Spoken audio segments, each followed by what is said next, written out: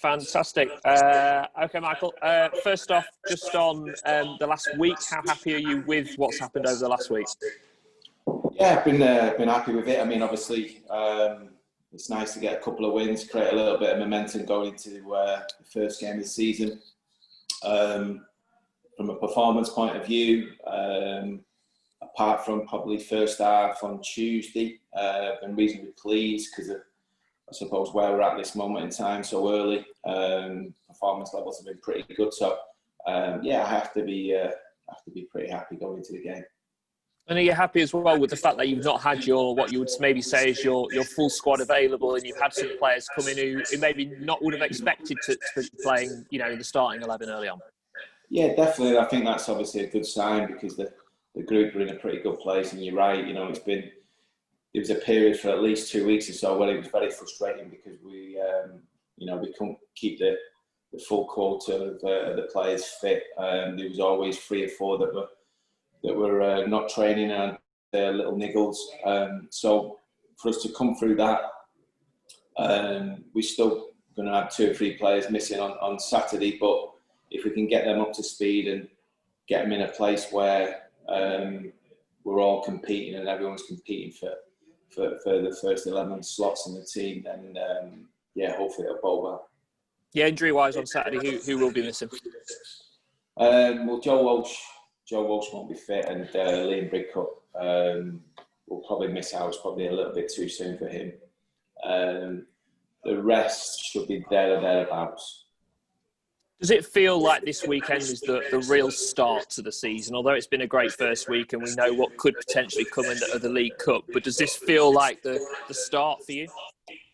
I don't know how to answer it. I can probably only tell you tomorrow. You know, because obviously because there's no fans, it's difficult to answer that question. There's no doubt about it. The Crewe game felt different. You know, obviously compared to the pre-season game for whatever reason, and yeah, maybe just because it was a competitive game of football rather than a friendly, and the players probably felt that. But having said that, from a staff point of view, it was hard to differentiate from Saturday to previous games that we've had because there's been no fans there as well. So fair play to the players. I've just said, look, you know, the reality is there's something on these games, and I think Saturday probably will feel different because there's 3 points available, and that will be the difference. Certainly going into the game, we don't want to be coming away feeling disappointed, and that feeling of when you've lost the game. We haven't had it for a while for obvious reasons because we've all been off. But I think the elation that you get from winning a game, certainly a league game, and getting them 3 points, is hard to replicate. So hopefully we'll get the opportunity to do that on Saturday. Do you think with what's gone on over the summer, both financially for football clubs and the fact that there's no supporters in the ground, that this could be one of the most open League One seasons we've seen in a long time? Yeah, potentially. I think we're just going into the unknown, aren't we? So we don't really know, and we'll probably have an idea 15, 20 games into the season. You know, with the salary cap, I still think that that's not going to have an effect on the league at all for at least 12 months, maybe 18 months, because obviously there's rules and stipulations in place that allow teams to still work over that $2.5 million salary cap. So I think that might take a while to really work, but yeah, there's definitely teams in the league that benefit from having crowds more than others. But the problem is, Rob, I think we're one of those. You know, so you know, our fans are obviously incredible. You know, away from home and at home, but especially at home when we fill the place, they give us that extra little bit of lift. So I'm hoping that's not the case. I'm hoping that, you know, we can produce the form and the players allow themselves to, you know, play with a freedom that I know that they're capable of. Oxford last season had a really good season. Do you think they've strengthened over the summer? Well, they lost a lot of players because they had quite a few loan players. Obviously, losing Rob Dickey to QPR was a blow for them. Obviously, he was a good player. But they've done well. The lad Atkinson who's come in, you know, we had a little look in January as well before they took him, but they they obviously had a little bit more money power than we did, but fair play. So he's come in and replaced Dickey. The fact that they've been able to get Matty Taylor and sign him on a permit was a massive one for them. The lad Clare, the right back's a good player. So obviously I think they put a couple of midfield players that I think is a big part of what they do. You know, that rotation in the middle of the park is something that was good for them last year. Brannigan, you know, is arguably one of the best midfield players in the league. The reality is, Rob, we're going up against a side that are probably going to finish in the top 3 or 4, and they probably expect that. So it will be a good indication for us to see or have an idea where we're at as a team. Is it sometimes better to get those teams out the way early on when they've not got into that rhythm? I think possibly, yeah. There's no doubt, yeah.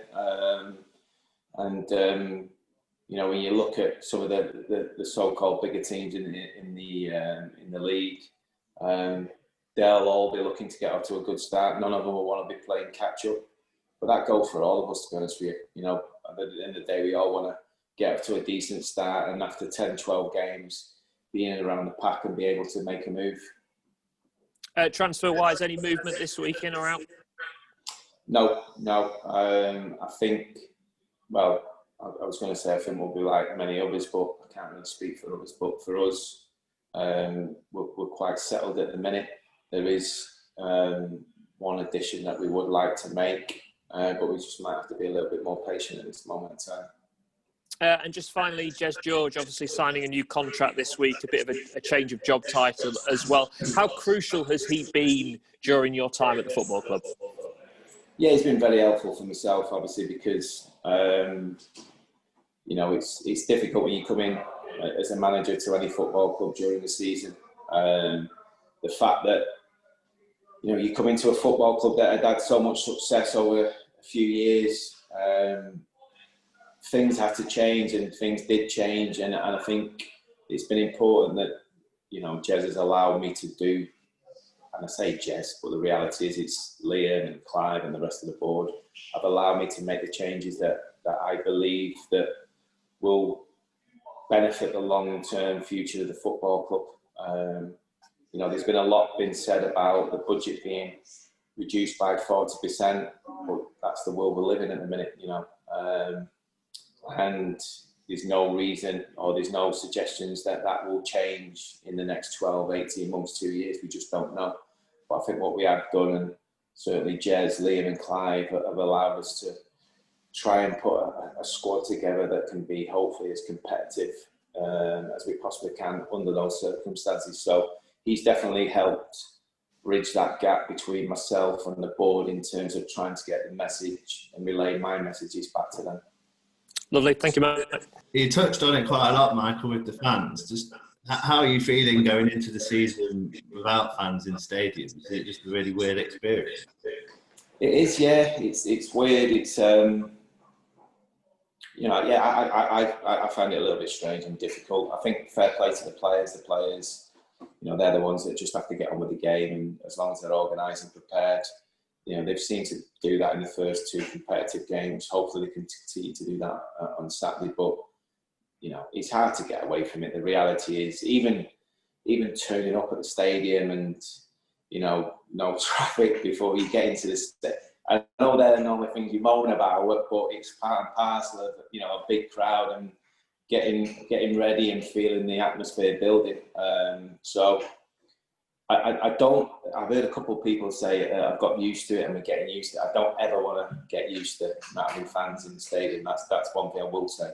I've heard that and I found that quite strange. I've heard people saying that, you know, oh, you just get used to fans not being there. I don't think I'll ever get used to that. I think what we've got to do is just in a short, hopefully, period of time, we've just got to adapt to what's in front of us, and hopefully the reason we all started playing football, watching football, supporting football was, you know, to turn up and full crowds and see your team play. Oh yeah, great stuff, mate. And obviously Lincoln are renowned for having quite a loud home support, but creating quite a hostile environment for visiting teams. Is there like times in games where that can help pick players up? Are you going to be encouraging the guys on the sidelines in the stands to try and make some noise to give your team a lift and stuff? Yeah, I think you can always do that to a degree. But again, I think if you get the right balance of players in your team, you know, that's why it's been a little bit unfortunate. Obviously, Joe Walsh being injured because obviously he's a senior player, bags of experience. If we're going through a poor period in the game, he will help to get us through that. Liam Bridcut's the biggest example. He's going to be a massive loss to us tomorrow, and that's been in the first couple of games. Great captain, great leader, fantastic off the field as well as on the field. So them type of characters will help going forward. Uriah, it's funny because, you know, sometimes you can't really hear what gets said on the benches, and sometimes between both benches, which can get a bit lively at times. So there'll be none of that now. You'll be able to hear what people are saying. And there's one thing I would say, actually, there's no hiding place for players. Because, like, even if you've got a player who's on the opposite side of the field and you want to get a message across and it's not a particularly nice message, he will hear you and he will understand. You know, it's not as if he can blame it on the crowd that he can't hear you. And just Oxford obviously narrowly missed out on promotion last year. Do you think you could have got, besides maybe a relegated side, a more difficult test to start the season? Yeah, it's a difficult one. There's no doubt about it. You know, I look at the opening fixtures of games, and you know, listen, every manager was saying it. I know that, but when you look at the likes of, you know, Charlton's, MK's, Blackpool's who finished, and I seem to be spending a load of money. Fleetwood coming up as well soon, who I thought were fantastic last year. So it's a really, really tough start, but you know, I think we're really sensible as a club. I think we know where we are as a club, and let's see where we are after 10 games. You know, that will be a big indicator. I think I've said it already, and I don't apologise for saying it. You know, we've got a group of players who potentially, if we get a bit of momentum behind us, could shock a few people and ruffle a few feathers. But because of the age of the squad, you know, this is a process. This is you know, if people are expecting us to get promoted this year, it can happen. Of course it could. We've seen it, you know, with what Wickham did last year, create a little bit of momentum. But the reality is, if you want to do things and make sure that, you know, for a period of time, you're going to be really stable, it takes time. And I think we've got a group that could do really, really well over the next 2 or 3 years if we can keep them together. Just with this is the time of year just before the season starts when people start putting their predictions of who's going to finish where. Do you ever read them at all and have a bit of a laugh to yourself, or do you read much into them? No, I don't, and that's why I don't do social media or anything, because why would I read or give someone the opportunity to tell me how poorly I'm doing my job or how I should be doing this and that, you know? I won't tell you guys how to write your reports after the game, so I don't take it personal. Everyone's got an opinion. Everyone thinks they can do the job better than me. Some of them probably might be able to, but I think from my point of view, you know, we stay pretty focused, and you know, I think as a group, the one thing I can say is that, you know, we'll have certain targets within the group. We really won't need to look elsewhere to see what other teams are doing, because the targets that we've set, we know that if we hit those targets, we know roughly where we'll finish in the league. Michael, obviously, those predictions have been quite positive in the media so far. You know, if the players have been reading them and sort of, are you trying to keep them away from sort of getting complacent already after 2 wins as well? Yeah, well, what I'm not going to do, Ben, I'm certainly not going to tell them not to read them. You know, it's down to them. But I do remember as a player, you know, you play, and then on a Sunday you get your mark, and it was 6 out of 10. You're thinking, are you having an absolute laugh? You know, like you might have scored or made an assist, and some such and such a person in the stands give you a 6. I'm like, come on. So, you know, in terms of like predictions of where we might finish and stuff, listen, I'm sure the lads will see them and know them, but the reality is, I think we'll keep our feet on the ground. We know we have to go on a bit of a journey, you know, and there's certain players, you know, like the loan players, etc., who will help us along the way from a short-term point of view. But I do genuinely believe that we've got a group that if we stick, keep them together for 2 or 3 years, we can achieve the goal of, what I'm sure every Lincoln City fan is desperate to achieve. And, that would be to be playing in the second tier of English football. But if you think it's going to happen overnight, then, ultimately it doesn't work like that.